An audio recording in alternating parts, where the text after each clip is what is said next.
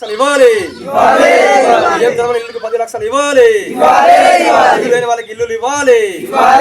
ఇల్లు లేని వాళ్ళకి ఇల్లులు ఇవ్వాలి. ఇల్లులు వెంటనే విడుదల చేయాలి. బిల్లులు వెంటనే విడుదల చేయాలి. వెంటనే విడుదల చేయాలి.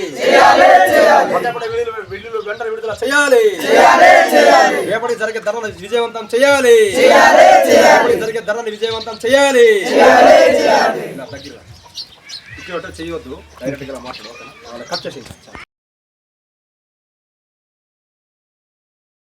నా పేరు కొర్ర త్రినాథ్, లక్ష్మీపురం పంచాయతీ సర్పంచ్ని. ఈరోజు ఏదైతే లక్ష్మీపురం పంచాయతీ కోడపుట్టు గ్రామంలో ఈరోజు సందర్శించడం జరిగింది. అలాగే ఏదైతే పిఎం జర్మన్ హౌసింగ్ లబ్ధిదారులు ఉన్నారో వాళ్ళందరితో కూడా సమావేశం కావడం జరిగింది. ఏంటంటే కారణం ఏంటంటే ఈరోజు గత 3 నెలల నుంచి ఈ బకాయి పడ డబ్బులు అయితే పడట్లేదు, బిల్లులు పడట్లేదు. అలాగే అదే కాదు, ఈరోజు సిమెంట్ రేటు పెరిగింది, ఇసుక రేటు పెరిగింది, సిప్స్ రేటు పెరిగింది, ఐరన్ రేటు పెరిగింది, అలాగే అనేక లేబర్ రేటు కూడా పెరిగింది. కానీ ప్రభుత్వం మాత్రం 2,39,000 రూపాయలు ఇచ్చి ఈరోజు ఇల్లులు కంప్లీట్ చేయాలని చెప్పేసి ప్రభుత్వం ఈరోజు చెప్పడం జరుగుతుంది. దీంతో ఎట్టి పరిస్థితుల్లో కూడా ఇల్లులు కంప్లీట్ కావడం జరగదు.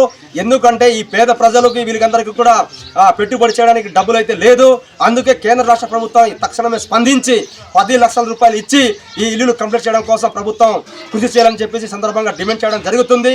ఇదే కాకపోతే ఖచ్చితంగా రేపటికి కలెక్టర్ ఆఫీసులో ముట్టడి చేయడం జరుగుతుందని చెప్పేసి సందర్భంగా ప్రభుత్వానికి హెచ్చరిక జరగడం జరుగుతుంది.